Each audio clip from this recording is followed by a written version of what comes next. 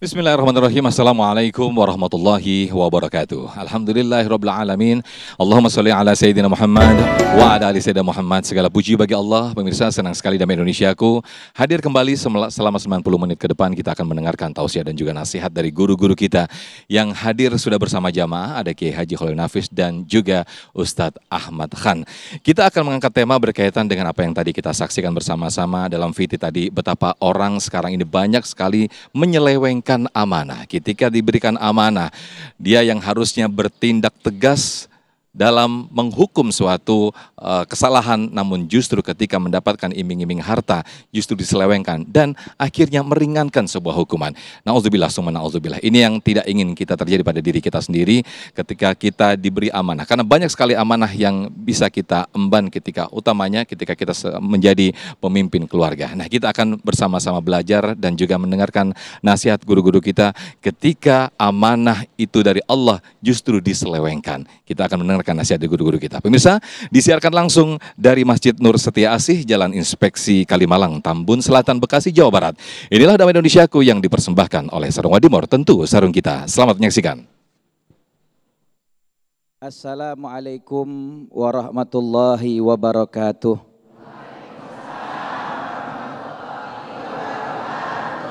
Alhamdulillah wassalatu wassalamu ala Rasulillah Sayyiduna Muhammad ibn Abdillah wa ala alihi wa sahbihi wa man nasarahu wa wala haula wala quwata illa billah wa ba'du. Rabbi shrah li sadri wa yassir li amri wahlul 'uqdatam min lisani yafqahu qawli wa qul rabbi zidna ilman warzuqna fahman subhanaka la ilma lana illa ma 'allamtana innaka antal alimul hakim. Ya Fattah ya Alim, ya Fattah ya Alim, ya Fattah ya Alim. Ifta alal hadirin futuhal arifin wa faqihna fiddin wa alimna ta'wil wahdina ila sawa'i sabil. Hadirin wal hadirat segenap jamaah Damai Indonesia TV One yang dirahmati oleh Allah Subhanahu wa taala. Wabil khusus guru kita bersama Kiai Haji Khalil Nafis, mata'anallah bituli hayatih wa nafa'ana bi ulumih. Bapak Ibu yang dirahmati oleh Allah Subhanahu wa taala, tema kita pada pertemuan kali ini sangat istimewa. Kita bicara tentang amanah Allah Subhanahu wa taala. Kalau bicara tentang amanah, maka kehidupan kita ini merupakan amanah dari Allah Subhanahu wa taala. Allah Subhanahu wa taala memerintahkan kita untuk menyampaikan amanah. Innallaha ya'murukum an tu'addul amanah ila ahliha. Allah Subhanahu wa taala memerintahkan kita untuk menyampaikan amanah kepada ahlinya. Akan tetapi kita mesti tahu terlebih dahulu apa yang dimaksud dengan amanah Allah Subhanahu wa taala. Al-Imam Qurtubi rahimahullahu taala, beliau mengatakan bahwasanya al-amanah ta'ummu ala jami' wadha'ifiddin ala sahih wa huwa qaulul jumhur. Kata Imam Qurtubi, yang dimaksud dengan amanah adalah segala sesuatu yang berkaitan dengan urusan agama. Baik itu urusan kewajiban kita untuk menjalankan perintah sholat yang difardukan oleh Allah Subhanahu wa taala, begitu juga menjalankan perintah Allah Subhanahu wa taala yang lainnya selain sholat. Begitu juga di dalam urusan bagaimana kita diamanahkan oleh Allah Subhanahu wa taala anak dan istri yang harus kita didik dan kita berikan kepahaman di dalam urusan agama. Begitu juga berkaitan dengan urusan harta yang nanti akan dipertanggungjawabkan di hadapan Allah Subhanahu wa taala, juga berkaitan dengan segala sesuatu yang berkaitan dengan semua aspek kehidupan kita. Itu kata Imam Qurtubi termasuk daripada amanah Allah Subhanahu wa taala. Begitu juga dengan harta, jabatan, ilmu yang dititipkan oleh Allah Subhanahu wa taala, kesemua itu adalah amanah dari Allah Subhanahu wa taala. Hadirin rahimakumullah, banyak di antara manusia yang ketika mereka diberikan amanah oleh Allah Subhanahu wa taala, mereka melalaikannya. Contoh, kita diberikan oleh Allah Subhanahu wa taala yang namanya amanah. Allah berikan kepada kita titipan umur. Tetapi banyak di antara kita, Pak, yang ketika dititipkan umur justru umurnya dihabiskan untuk urusan yang tidak ada manfaatnya. Padahal itu amanah dari Allah Subhanahu wa taala. Kata baginda Rasul Nabi Muhammad sallallahu alaihi wasallam, min husni islamil mar'i tarkuhu malayani. Termasuk kesempurnaan seorang muslim adalah dia mampu meninggalkan segala sesuatu yang tidak ada manfaatnya, sehingga umur kita nanti juga tidak akan luput dari pertanggungjawaban di hadapan Allah Subhanahu wa taala. Coba kita perhatikan satu hadis baginda Rasul Nabi Muhammad sallallahu alaihi wasallam. Nabi mengatakan bahwasanya la tazula qadama ibni adam yaumal qiyamah hatta yus'al an arba'in. Kata Nabi, tidak akan bergeser kaki manusia nanti di padang mahsyar, di pengadilan Allah Subhanahu wa taala, tidak bisa bergeser sedikit pun, apakah ke depan atau ke belakang atau ke kanan atau ke kiri, sampai dia bisa menjawab 4 pertanyaan. Apa 4 pertanyaan itu? Yang pertama, kata Nabi, an umrihi fi ma'afnah. Umur yang kita dikasih oleh Allah Subhanahu wa taala itu amanah, kita gunakan untuk apa umur kita? Coba kalau kita tanya diri kita masing-masing, dari mulai kita melek mata sampai kita merem mata, Pak, Bu, masih hidup? Alhamdulillah.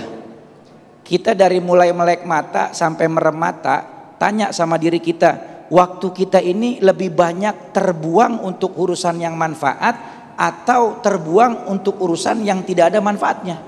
Yang tahu kita sendiri. Makanya orang-orang yang istimewa itu hamba-hamba pilihan Allah Subhanahu wa taala, mereka sibukkan waktu mereka dengan ibadah. Mereka sibukkan waktu mereka dengan mendekatkan diri kepada Allah Subhanahu wa taala. Mereka menyibukkan diri mereka dengan mendekatkan diri mereka kepada Allah dengan menghidupkan sunnah-sunnahnya baginda Rasul Nabi Muhammad sallallahu alaihi wasallam. Coba, ada satu perkataan yang menarik dari guru kami Murabbi Arwahana Sayyidil Walid Al-Habib Umar bin Muhammad bin Salim bin Hafid bin Syekh Abu Bakar bin Salim. Beliau mengatakan, la yafuta ahadan minal mukallifina ala dhahril ardi syai'un a'dhama min an yafuta as-silah billah wasilah bi Muhammad bin Abdillah. Kata beliau, tidak ada sesuatu yang luput dari seorang hamba Allah Subhanahu wa taala di muka bumi ini darinya yang lebih besar melebihi dari luputnya hubungan dia dengan Allah dan hubungan dia dengan baginda Rasul Nabi Muhammad sallallahu alaihi wasallam. Banyak di antara kita yang terkadang kalau ketinggalan sholat berjamaah biasa-biasa aja, padahal itu adalah sesuatu yang sangat dahsyat yang luput dari kita. Banyak di antara kita yang sudah berbulan-bulan bahkan bertahun-tahun gak baca Al-Quran, biasa-biasa aja. Gak bersolawat kepada baginda Rasul Nabi Muhammad sallallahu alaihi wasallam, biasa-biasa aja. Terputus hubungannya dengan Allah, terputus hubungannya dengan baginda Rasul Nabi Muhammad sallallahu alaihi wasallam. Maka ini yang harus kita perhatikan. Tanpa kita sadari, di saat kita jauh dari Allah dan Rasulnya Nabi Muhammad, saat itu Allah sedang berpaling dari kita. Kata Imam Ghazali, min alamati iradillahi ta'ala ala abdih istighaluhu bima la ya'ni. Termasuk di antara tanda dan ciri Allah Subhanahu wa taala berpaling dari hambanya adalah Allah sibukkan hamba tersebut dengan urusan yang tidak ada manfaatnya. Makanya umur nih kita manfaatin, amanah dari Allah, jangan kita sia-siain. Kita nggak ada yang tahu di sini siapa yang umurnya akan diambil lebih dulu atau yang belakangan. Bisa jadi bapak ibu duluan, saya belakangan. Kalau enggak saya belakangan, bapak ibu duluan. Sama aja ya. Umur rahasia Allah Subhanahu wa taala. Yang kedua, wa an syababi fi ma'ablah, yang bakal ditanya nanti di akhirat adalah masa muda kita. Ini amanah dari Allah, masa muda digunakan untuk hal yang manfaat, untuk hal yang bisa kita jadikan kebanggaan nanti ketika menghadap Allah dan Rasulnya Nabi Muhammad. Yang ketiga, an ilmihi madza amila bima alima, yang bakal ditanya amanah Allah Subhanahu wa taala juga adalah ilmu. Zaman sekarang kita lihat banyak orang yang rajin ngaji, datang ke majelis taklim sono, datang ke majelis taklim sini, ngaji ke sono, ngaji ke sini, tapi ilmu yang dia dapat kagak diamalin. Pernah satu ketika saya mengisi pengajian di daerah Jakarta Timur, ada satu orang DKM bilang, "Ustadz, tolong nasehatin ibu-ibu." "Kenapa Pak?" "Ibu-ibu ngajinya rajin, seminggu ngajinya 21 kali, sehari 3 kali." Tapi kalau di rumah sama suami nyautin mulu, tuh bakal ditanya amanah ilmu, belajar ngaji, ilmunya diamalin apa enggak. Yang keempat yang bakal ditanya sama Allah Subhanahu wa taala nanti di akhirat adalah tentang rizki yang kita peroleh. Min aina iktasabahu wa ila anfaqahu, didapat dari mana, dialokasikan kemana. Maka mudah-mudahan kita bisa memanfaatkan semua amanah yang dititipkan oleh Allah Subhanahu wa taala. Amin ya rabbal alamin. Wallahu a'lam bishawab. Baik, Masya Allah, terima kasih Ustadz Ahmad Khan yang telah membuka di segmen satu ini betapa pentingnya ketika kita menjaga amanah. Amanah merupakan spektrum yang sangat luas di dalam kehidupan kita. Di sana ada jasad kita, ada harta, ada perintah, dan juga ada kepemimpinan bahkan. Ketika kita berbicara amanah, ada larangan dan juga perintah. Perintah Allah Subhanahu wa taala untuk menjaga dengan sebaik-baiknya amanah yang diberikan kepada kita. Lalu berikutnya larangan, kita dilarang untuk menyelewengkan amanah yang telah diberikan kepada Allah, dari Allah kepada kita. Nah, lantas akibat apa saja ketika kita menyelewengkan sebuah amanah? Insya Allah akan dijelaskan lebih lengkapnya di segmen kedua nanti bersama guru kita Kiai Haji Khalil Nafis. Tetaplah bersama kami di Damai Indonesiaku yang dipersembahkan oleh Sarung Wadimor, tentu sarung kita.